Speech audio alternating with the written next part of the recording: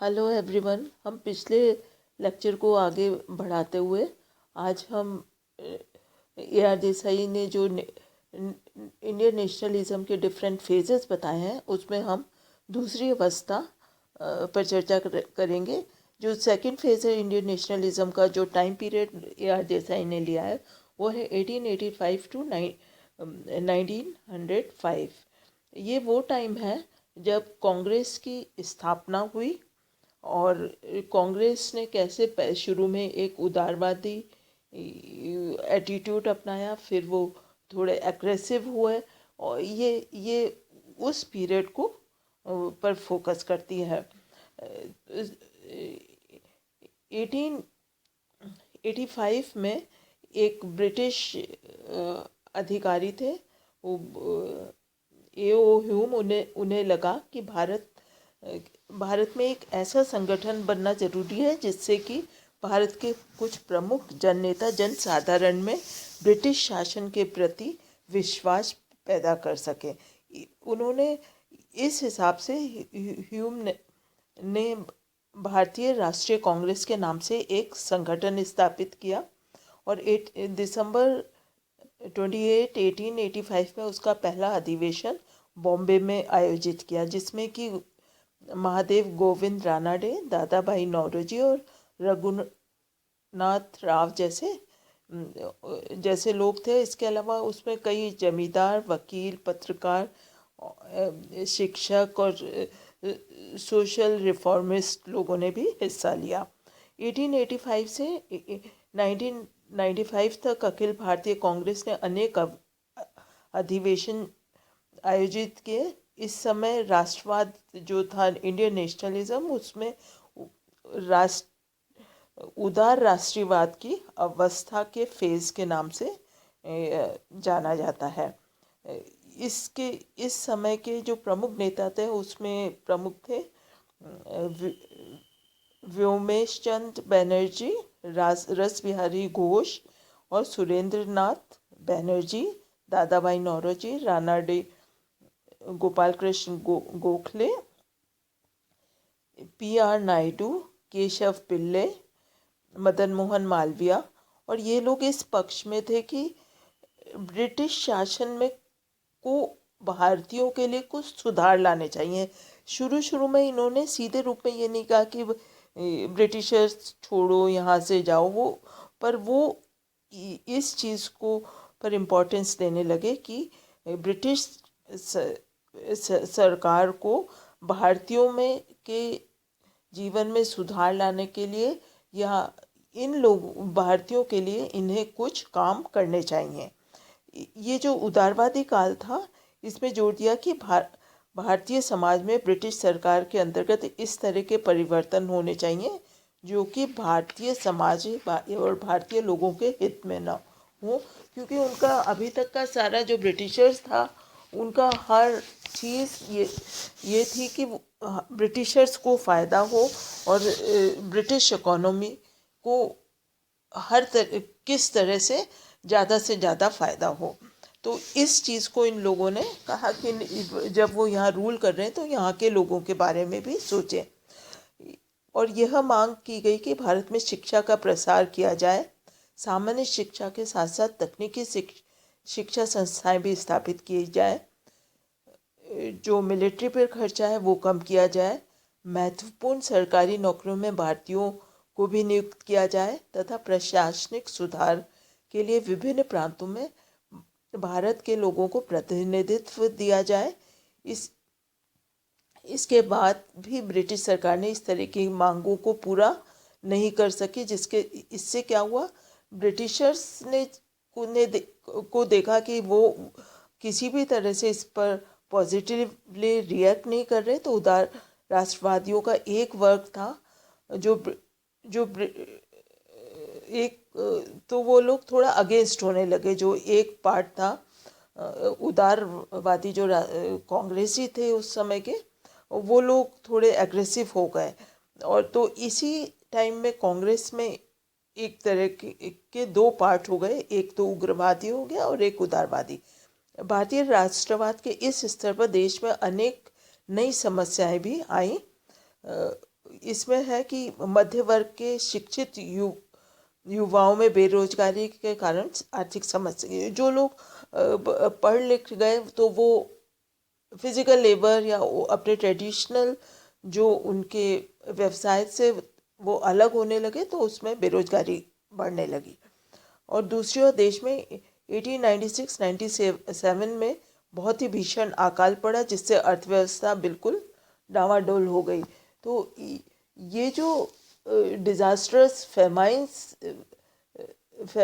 थे उस समय के, उससे क्या हुआ कि बहुत से पीसेंट अपराइजिंग्स शुरू हो गई, बहुत से किसान आंदोलन भी शुरू हुए। और इसी काल में प्लेग की भयंकर बीमारी से भी लाखों लोगों की मृत्यु हुई, जिसके प्रति सरकार बहुत ही उदासीन रही। उन्होंने दे डिडंट केयर। इसी टाइम में 95 में करजन ने बंगाल को दो भागों में बांट दिया, पूर्वी बंगाल और पश्चिमी बंगाल कर दिया, जिससे बंगाल की बढ़ती हुई राजनीतिक शक्ति कमजोर होने लगी। क्योंकि वो टाइम था जब बंगाल एक सोशल, कल्चरल और एजुकेशन के सेक्टर में बहुत उभर कर आ रहा था। वहाँ से बहुत से लोग, कई तरह के समाज सुधारक, जितना हमारा धार्मिक और सुधार आंदोलन, ये वहीं से शुरुआत हुए, रिफॉर्मिस्ट मूवमेंट। तो जो ब्रिटिशर्स थे वो उस वहाँ की जो बढ़ती हुई जो पॉलिटिकल पावर थी उसे कम करने के लिए और हिंदू और मुस्लिमों में भेदभाव क्रिएट करने के लिए उन्होंने 1905 में बंगाल का विभाजन कर दिया। इस विभाजन का एक जो असर हुआ वो था कि कांग्रेस का एक पोर्शन बहुत ही रेडिकलिस्ट हो गया, एक रेडिकल वर्ग हो गया, जो जिसे हम कहते हैं उग्र राष्ट्रवादियों का एक अलग वर्ग बनने लगा, जिसका नेतृत्व बाल गंगाधर तिलक, अरविंद घोष, बीसी पाल तथा लाजपत राय के द्वारा किया गया। 1905 में ही जापान के हाथों इटली की इंटरनेशनल लेवल पर हम जब बात करें तो 1905 में भारत के हाथ इटली की पराजय होने, मतलब इटली हार गया था जापान से। भारतवासी ये समझने लगे कि जो वाइट स्किन है वो ज़रूरी नहीं है हमेशा बहुत ही वीर हों या हमेशा जीतेंगे, कि मतलब हम भी कुछ कर सकते हैं। इस भावना के बीच ब्रिटिश राज के विरुद्ध भारतीयों का आत्मविश्वास बढ़ने लगा। और और ये इसका सेकंड फेज था इंडियन नेशनलिज्म के डेवलपमेंट का, जब कांग्रेस में दो तरह की जो उग्र विचारधारा बढ़ने लगी एक तो, और इंडियंस ये सोचने लगे कि हम हरा सकते हैं ब्रिटिशर्स को। एक ये दूसरी चीज़ इसमें है। जो थर्ड फेज था वो था 1905 से 1918 तक का राष्ट्रवाद के विकास का हम कह सकते हैं।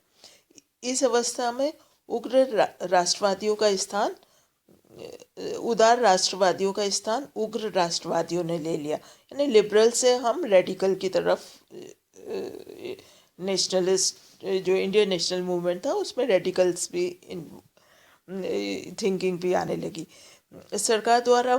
तो इस रेडिकल थिंकिंग का जो जो जो हुआ असर वो था कि ब्रिटिशर्स और भी ज़्यादा रिप्रेसिव रूल्स लाने लगे।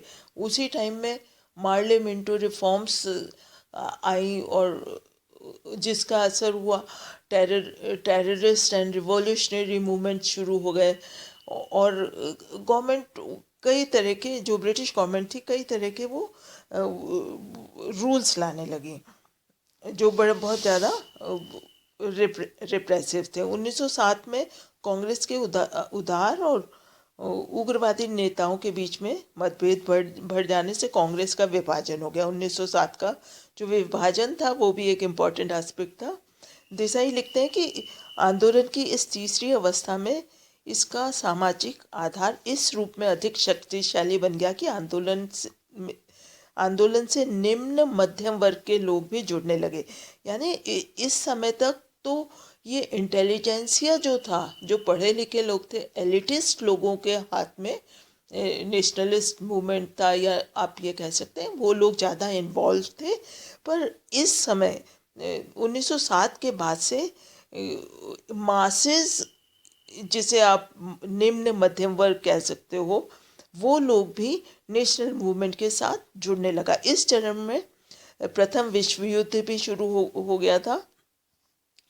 तो इसके कारण राष्ट्रवादी द्वारा स्वराज आंदोलन प्रारंभ किया गया। मतलब इसकी इम्पोर्टेंट टाइम था कि स्वराज आंदोलन इसमें शुरू हुआ, जिसमें जनसाधारण की राजनीतिक चेतना को बढ़ाया जा सके। उग्र राष्ट्रवादियों के प्रभाव को कम करने के लिए अंग्रेज सरकार ने सैयद अहमद खां की सहायता से ऑल इंडिया मुस्लिम लीग की स्थापना की। यानी एक तो अब ब्रिटिशर्स इतने एग्रेसिव हो गए कि उन्होंने डिफरेंट चीज़ें, यानी कि पहले कि कैसे हम इंडियन सोसाइटी को किन किन कास्ट या जो रिफॉर्मिस्ट मूवमेंट हुए थे उनका उन्हें डर लगने लगा। तो वो ये देखने लगे कि ये एकजुट अगर रिलीजन के आधार पर हो जाते हैं तो हम रिलीजन के आधार पर इन्हें तोड़ दें। अगर ये विद इन द रिलीजन अगर एकजुट भी होते हैं तो हम इन्हें तो रिलीजियस आधार पर उन्होंने इंडियंस को बांटना शुरू कर दिया, जिसमें सैयद अहमद खां की सहायता से यहाँ ऑल इंडिया मुस्लिम लीग की स्थापना की गई। मुस्लिम लीग का इस तरह से उद्देश्य निर्धारित किए गए जिसमें भारत के मुसलमानों में अंग्रेजी सरकार के प्रति वफादारी बढ़ाई जा सके। ब्रिटिश सरकार मुसलमानों के अधिकारों की अधिक से अधिक रक्षा कर सके, इस तरह का उन्होंने शो किया, आप सब कह सकते हैं। यह अंग्रेजों द्वारा फूट डालो राज करो की नीति का एक बहुत बड़ा हिस्सा था। यद्यपि इस समय तक अधिकांश मुस्लिमों ने मुस्लिम लीग का साथ नहीं दिया। अभी तक तो उन्होंने मुस्लिम लीग का साथ नहीं दिया था। ये जो 1907-8 के जो टाइम था, उग्र राष्ट्रवादियों के बढ़ते हुए जो रेडिकलिस्ट नेशनलिस्ट थे, उनका जैसे प्रभाव जितना बढ़ने लगा, सरकार ने दबाव और दमन का रास्ता अपनाना शुरू कर दिया, जिसके फलस्वरूप उग्र राष्ट्रवादियों की गतिविधियों में भी तेजी आने लगी और भारतीय राष्ट्रवाद के विकास का यह दौर एक बहुत ही अपना इम्पोर्टेंट अवस्था है। राष्ट्रवाद की इस अवस्था में नेतृत्व के तालमेल का अभाव वह सबसे बड़ी कमजोरी रहा। इस समय कोई बहुत स्ट्रॉन्ग लीडरशिप नहीं उभर पाई थी, क्योंकि अभी तक गांधी इसमें नहीं आए थे सीन में, मतलब हम एक तरह से कह सकते हैं। और एक सिंगल पर्सन नहीं था कि जो उस पूरे मूवमेंट को संभाल सके। राष्ट्रवाद की इसके फलस्वरूप राष्ट्रवाद का यह चरण बहुत प्रभावपूर्ण सिद्ध नहीं हुआ। इस समय राष्ट्रवाद जो आपका तीसरी अवस्था थी, तब भी आपका राष्ट्रवाद का विकास हो रहा था, पर बहुत ही स्ट्रांगली यह उभर कर नहीं आया।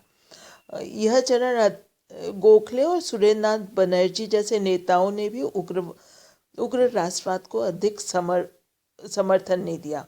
गांधी स्वयं इस तरह के आंदोलन के पक्ष में नहीं थे। गांधी रेडिकलिस्ट नहीं थे, वो उनका माइल्ड था। इस ब्रिटिश सरकार ने भी सुरक्षा व्यवस्था इतनी कड़ी कर दी कि उग्र राष्ट्रवादी और क्रांतिकारी आंदोलन अपनी गतिविधियों का संगठित रूप से संचालन नहीं कर पाए। जो रिप्रेसिव रूप थे, जिस तरह से ब्रिटिशर्स इस समय दबाने लगे रेडिकल्स को, तो हमारा जो राष्ट्रवाद का जो विकास है, राष्ट्रवाद वो थोड़ा स्लो रहा इस फेज़ में भी। चौथे फेज़ को हम नेक्स्ट लेक्चर में करेंगे। Thank you.